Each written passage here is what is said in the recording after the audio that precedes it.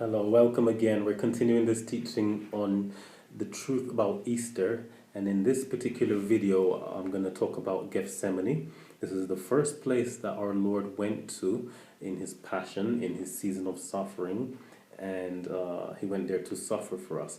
But everything that Jesus did, everywhere he went, every location, was for a specific reason. It provided specific benefits for us. It paid for something specific. So it wasn't just one big general, suffering. We usually think about the cross only. Everything Jesus went through, from the time he was in Gethsemane to his arrest and everything, was for a reason. And we need to know those reasons, one, so that we can appreciate the work of the Lord and the work of the cross and value this salvation and redemption that we have. Secondly, we can appropriate those benefits and those blessings. He became our substitute. He took the punishment, the negative, for example, the curse that we might have, the blessing, so many things. So if we don't even know what was provided, where, when, how, and why, then actually most times we will go without those benefits. And that is kind of no, it's like an insult, really, yeah, to the work of the cross, because it's like, oh, he did it in vain.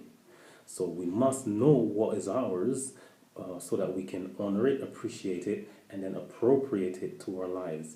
It also helps in times of like when we're having communion, and we really value the Lord's body and blood. When we understand that it wasn't just some nails in his hands and feet, and then he died. No, there was much more. 5 specific locations for 5 specific categories of substitution. Okay?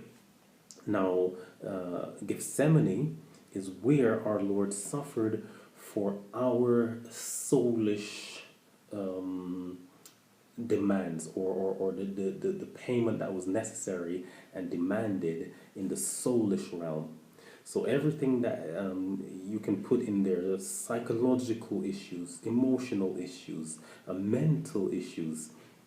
How do we have the mind of Christ? Is because the torment, the pressure, the agony that was upon our Lord in Gethsemane was so great, it could cause death.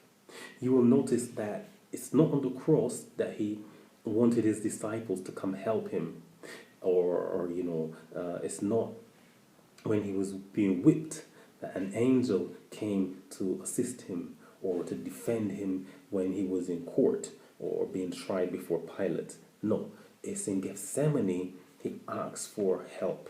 It's in Gethsemane that the Lord also sent supernatural help, that God sent supernatural help. So you can understand the pressure of that experience. This was not Jesus being sad. This was all of our emotional issues, everything you can think of: depression, oppression, confusion, Alzheimer's, every things that didn't even have a name, that didn't even exist at that time. But Jesus took all those things for us, all mental issues, all emotional issues, all grief, bitterness, unforgiveness, all those things. And he became sin for us. He became those things. It did not start on the cross. It started at that moment. So this is just a tiny aspect of what Gethsemane should mean to you and I. I will go into a bit more about Gethsemane in the next video. So get thinking about this and start to ask yourself, wow, have I really been valuing Easter correctly? And actually, if we get this revelation, we will start to understand that every day should be like Easter for us. We should understand that every day is we're living the Passover, we're living Easter. Okay, we're applying it. Remember I said in the previous video, we're applying it in our lives every day. So it's not just a season and we celebrate and have some chocolate. This is our life. Our whole Christianity is based on this. See you soon.